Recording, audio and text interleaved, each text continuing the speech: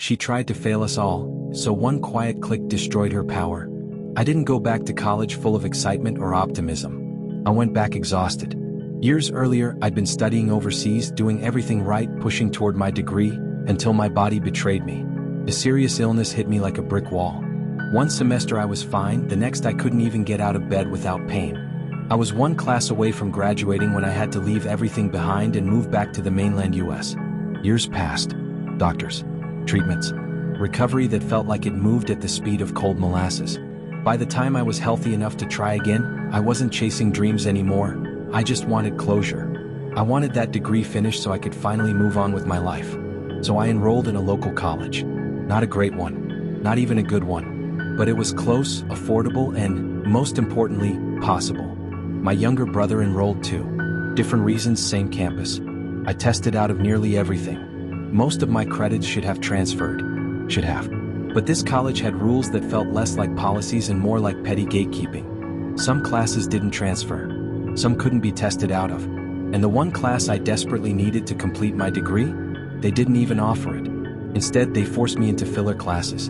Busy work, time wasters, and the worst offender of all, advanced keyboarding. Yes, keyboarding. A class designed to teach typing to students who already typed faster than the instructor.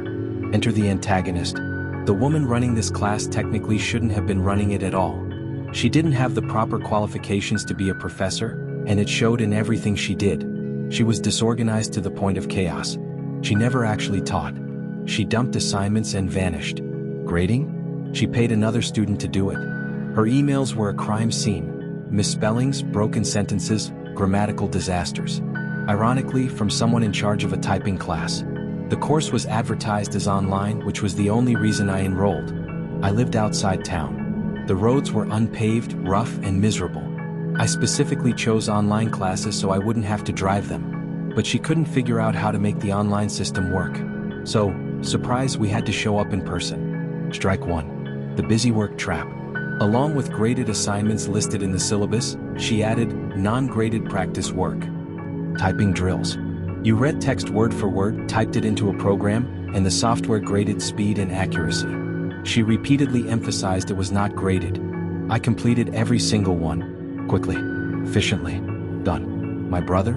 He didn't. He thought it was pointless. So instead of copying the text, he typed nonsense. Sarcastic nonsense. Stuff like, Bob Saget could kick your ass. Because why not? The computer graded speed and accuracy. No human ever looked at it. Or so we thought. The power trip. With only a few days left in the semester, something snapped. She finally looked at the practice work, and she lost it. An email hit everyone's inbox like a verbal grenade. Poorly spelled, poorly written, absolutely furious.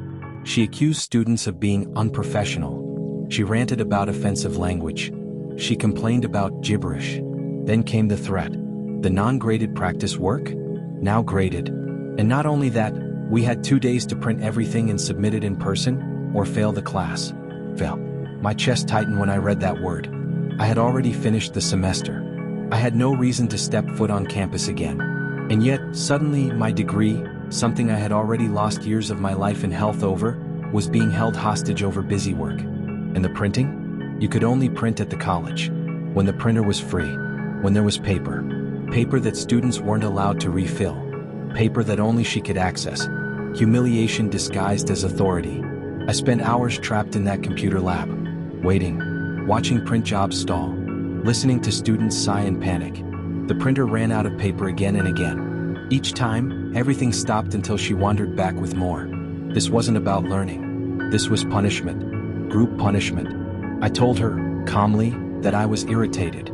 That she could see I'd completed everything. That springing graded work last minute felt unfair and infantilizing. She didn't care.